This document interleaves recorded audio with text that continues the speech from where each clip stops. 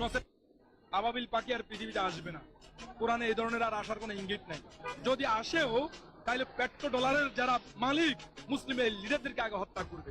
মার্কিন যুক্তরাষ্ট্র তার চারিত্রিকগত দিক থেকে সে সঠিক আছে, কেননা সে 70 বছর থেকে এই ইসরায়েলকে সাপোর্ট দিয়ে যাচ্ছে। সে ইসরায়েলকে স্বীকৃতি দিয়েছে, ইসরায়েলের জনগণকে ফিলিস্তিনের মাটিতে বসিয়েছে, এটাকে একটা স্বাধীন রাষ্ট্র বানিয়েছে। সে তার নৈতিক জায়গা থেকে রাইট আছে। রাইট তাইলে কারা নেই? রাইট নেই আমরা মুসলমানেরা, রাইট নেই তুরস্ক, পাকিস্তান, কাতার, সৌদি আরব, আরব আমিরাতের লিডাররা। এই যে আবাবিল পাখির কথা বলা হচ্ছে, আবাবিল পাখি আর পৃথিবীতে আসবে না।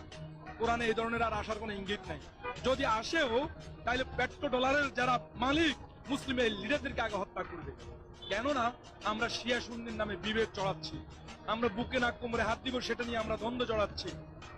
অথচ আমাদের যে নৈতিক দায়িত্ব, আপনি একবার দেখুন, পাকিস্তান পারমাণবিক অস্ত্র সজ্জিত। পাকিস্তান যদি একবার বলে আমি আমার কয়েক হাজার সৈন্য আমি ফিলিস্তিনে পাঠাচ্ছি, সৌদি আরব পেট্রো ডলারের মালিক, সে যদি একবার তেল অবরোধ দেয়, এরপর সে যদি বলে আমি আমার সৈন্য পাঠাচ্ছি, কাতার তো কিছুটা করে যাচ্ছে। তুরস্ক, আমরা এরদোগান সাহেবকে আমাদের অলিখিত ভাবে একজন খলিফা বলে থাকি। উনি তো ভাই অনেক আগে ইসরায়েলকে স্বীকৃতি দিয়ে বসে আছেন, উনার পূর্বসূরীরা। উনি একবার বলুক আমি 5,000 সৈন্য পাঠাচ্ছি। কাতারকে যখন সৌদি আরব অবরোধ দিয়েছেন তখন উনি যে কাজটা করেছেন এই কাজটা গাদার বেলায় করুন। আরব আমিরাত, আপনি খেয়াল করুন, যখন কাশ্মীরে গণহত্যা চলছে, যখন ভারতে মানুষ হত্যা চলছে, তখন মোদী সাহেবকে আরব আমিরাত পুরস্কৃত করেছে। আরব আমিরাতের কাজ কি? মধ্যপ্রাচ্যের মুসলিম দেশগুলো যদি মার্কিন যুক্তরাষ্ট্রকে, ইসরায়েলকে তেল অবরোধ দেয়, তাহলেই দেখবেন ফিলিস্তিনে গণহত্যা বন্ধ হবে। আপনি অহেতুক মার্কিন যুক্তরাষ্ট্রের অস্ত্র ব্যবহার করবেন, মোবাইল ব্যবহার করবেন, এরপরে তার কয়েকটা শুধু পণ্য অ্যাভয়েড করবেন, এরপরে আপনি তাকে পরাজিত করার স্বপ্ন দেখবেন। এই সমস্ত মিথ্যা আশ্বাস দিয়ে পৃথিবীতে চলা যাবে না।